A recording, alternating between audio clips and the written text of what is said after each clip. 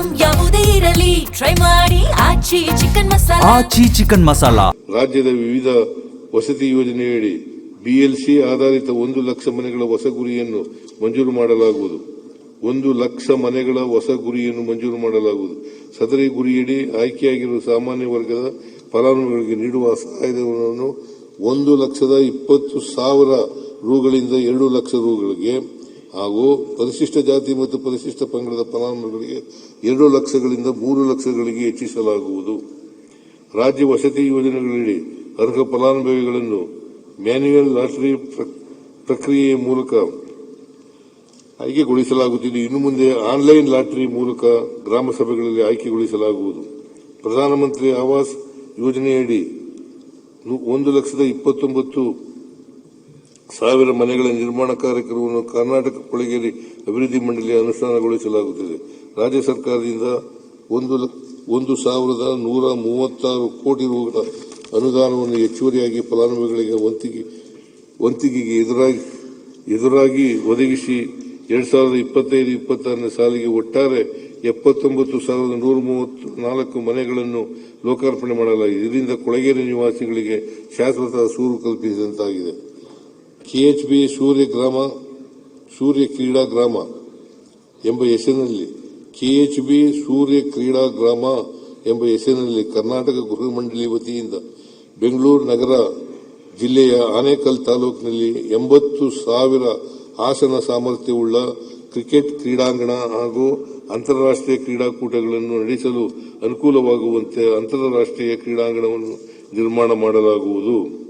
KHB ವತಿಯಿಂದ ನಮ್ಮ ಮನೆ ಯೋಜನೆಯಡಿಯಲ್ಲಿ ಮುಂದಿನ 2 ವರ್ಷಗಳಲ್ಲಿ 50,000 ನಿವೇಶನಗಳನ್ನು ರಿಯಾಯಿತಿ ದರದಲ್ಲಿ ವಿತರಿಸಲು ಉದ್ದೇಶಿಸಲಾಗಿದೆ.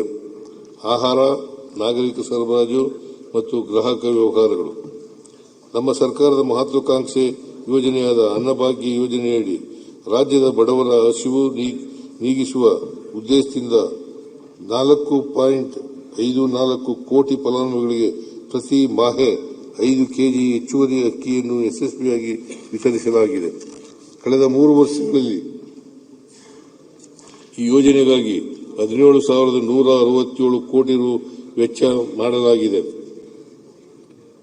ಪ್ರಸ್ತುತ ನೀಡಲಾಗುತ್ತಿರುವ ಹೆಚ್ಚುವರಿ 5 ಕೆಜಿ ಅಕ್ಕಿ ಬದಲಾಗಿ ಪ್ರತಿ ಮಾಹೆ ಪೌಷ್ಟಿಕಾಂಶವುಳ್ಳ ತೊಗರಿಬೇಳೆ, ಸಕ್ಕರೆ, ಉಪ್ಪು ಮತ್ತು ಅಡಿಗೆ ಎಣ್ಣೆ ಒಳಗೊಂಡ ಇಂದಿರಾ ಆಹಾರ ಕಿಟ್ ವಿತರಿಸಲು ಉದ್ದೇಶಿಸಲಾಗಿದೆ.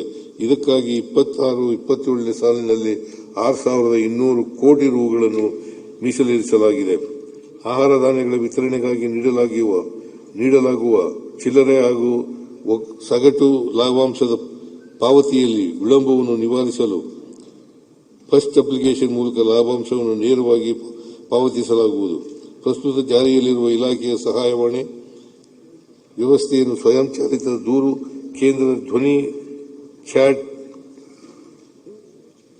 ಚಾಟ್ ಬಾಟ್ ಮತ್ತು ಲೈವ್ ಕರೆ ವರ್ಗಾವಣೆ ವ್ಯವಸ್ಥೆಗಳನ್ನು ಒಳಗೊಂಡ ಆರ್ಟಿಫಿಷಿಯಲ್ ಇಂಟೆಲಿಜೆನ್ಸ್ ಆಧಾರಿತ ಸ್ಮಾರ್ಟ್ ಅನ್ನವಾಣಿಯನ್ನು ಪರಿವರ್ತಿಸಲಾಗುವುದು.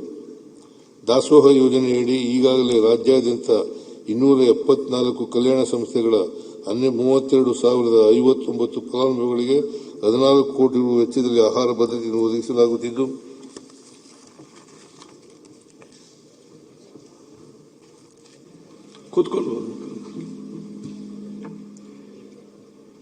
ವರ್ಷದಲ್ಲಿ 34 ಹೊಸ ಕಲ್ಯಾಣ ಇರುವ 6,701 ಫಲಾನುಭವಿಗಳಿಗೆ ವಿಸ್ತರಿಸಲಾಗುವುದು. ಕಾರ್ಮಿಕ ರಾಜ್ಯದಲ್ಲಿನ ಸರ್ಕಾರಿ ನೌಕರರನ್ನೊಳಗೊಂಡಂತೆ ವಿವಿಧ ಉದ್ದಿಮೆಗಳಲ್ಲಿ ಕಾರ್ಯನಿರ್ವಹಿಸುತ್ತಿರುವ ಮಹಿಳೆಯರಿಗೆ ಋತುಚಕ್ರದ ಸಮಯದಲ್ಲಿ 1 ದಿನದ ವೇತನ ಸಹಿತ ರಜೆಯನ್ನು ಪಡೆಯಲು ಅವಕಾಶ ಮಾಡಿಕೊಡಲಾಗಿದೆ.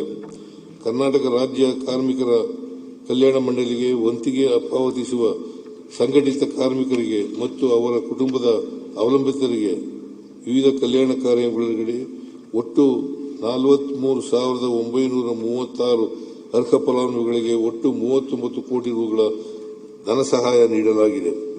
ಆಶಾದೀಪ ಯೋಜನೆಯಡಿಯಲ್ಲಿ ಪರಿಶಿಷ್ಟ ಜಾತಿ ಹಾಗೂ ಪರಿಶಿಷ್ಟ ಪಂಗಡಕ್ಕೆ ಸೇರಿದ ಒಟ್ಟು 5,062 ಅಭ್ಯರ್ಥಿಗಳ ಪರವಾಗಿ 18 ಕೋಟಿ ರೂಗಳ ಅರ್ಹ ಉದ್ಯೋಗದಾತರಿಗೆ ಮರುಪಾವತಿಸಲಾಗಿದೆ. ಕನ್ನಡ ಕಾರ್ಮಿಕರ